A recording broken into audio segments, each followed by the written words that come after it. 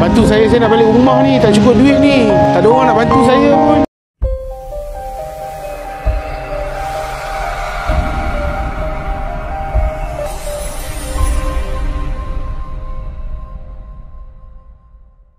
Assalamualaikum. Cik, saya jual barang ni, nak cari duit minyak nak balik rumah. Sudi tak bantu saya? Berapa ringgit? Rumah saya kat Kuala Lumpur. Jadi perlu beratus-ratus sikit lah. Beratus-ratus ke? Minyak kereta. Minyak kereta RM50 je. Takut sampai karak kan, dia kena semput kan, macam mana? Saya pula jam nanti. Dia satu set. Harga betul dia kalau ikutkan mahal jugalah. Tapi kalau untuk cik ni, mungkin saya boleh bagi untuk satu set ni 200 ke? Atau 199 sedap sikit dengar kan? Tak nak ke? Bantu saya nak balik rumah ni. Tak cukup duit ni. Tak ada orang nak bantu saya pun. Saya bagi duit minyak je lah RM50. RM50 duit minyak? Betul puan sanggup bagi saya? Saya nak berjual beli. Saya tak nak free. Mahal sangat.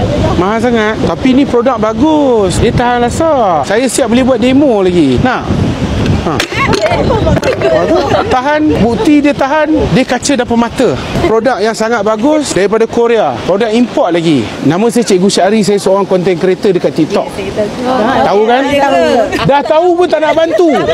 Punyalah sedih saya ni. Berjalan macam dengan peminta sedekah tu. Tak tahu.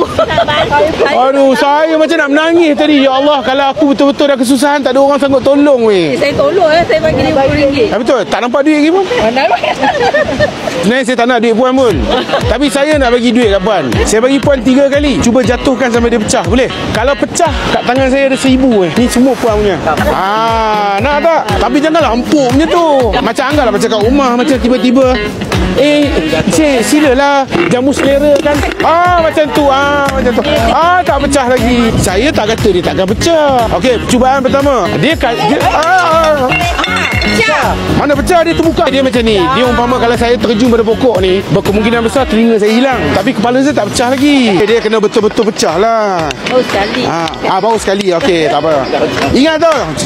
Mari kita tengok. Tadi percubaan pertama. Ni percubaan kedua. Slow-slow. Nanti nak kena sapu ni. Mana? Tapi dia sombeng. Sombeng. Saya pun boleh sombeng. Saya jatuh basikal pun mesti sombeng. Ini oh ya Allah. Makcik ada satu lagi je. Sekali lagi je.